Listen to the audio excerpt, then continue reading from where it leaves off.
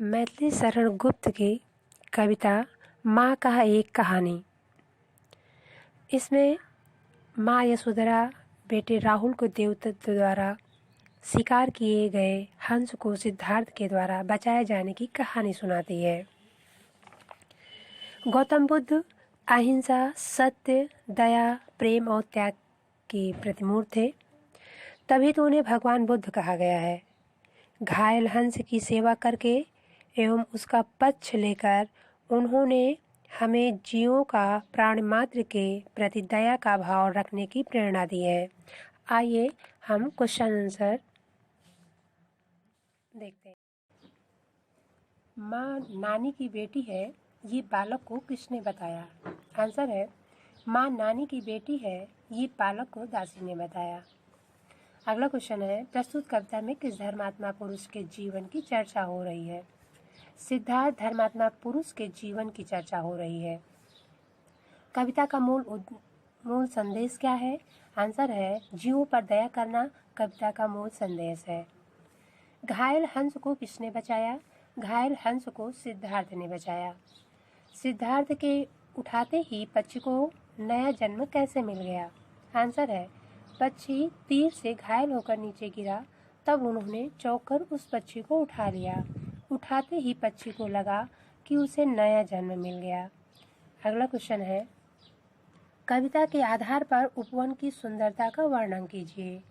Answer है कविता के आधार पर उपवन की सुंदरता का दृश्य बहुत ही मनोरम था। रंग बिरंगे फूल खिले थे और उन पर ओस की बूंदें झिलमिला रही थी। हवा के हल्के हल्के झोंके चल रहे थे। तालाबों में पानी लहरा रहा था। अगला क्वेश्चन है, शांत उपवन में सहसा क्या घटित हुआ? इनसे किस प्रकार शांति भंग कर दी? आंसर है शांत उपवन में सिद्धार्थ घूम रहे थे। पक्षियां अपनी चहचहाहट से पूरे वातावरण को गुंजायमान कर रही थी। तभी अचानक एक हंस ऊपर से आकर जमीन पर गिर पड़ा। वो दर्द से तड़प रहा था। उसको तीर लगे थे। सिद्धार्थ ने उस हंस को अपनी गोद में उठा लिया। तभी उस हंस का तीर चलाने वाला शिकारी वहां आ गया। उसने हंस को सिद्धार्थ से मांगा। सिद्धार्थ ने हंस को देने से मना कर दिया। वो उस हंस की रक्षा करना चाहते थे। इस प्रकार शिकारी हंस को मार कर उपवन में शांति भंग कर दी। अगला क्वेश्चन है, विवाद का कारण अपने शब्दों में लिखिए।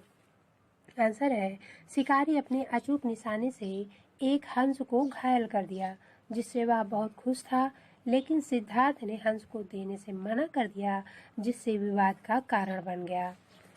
अगला क्वेश्चन है कि निम्नलिखित कविता की पंक्तियों का भाव स्पष्ट करना है।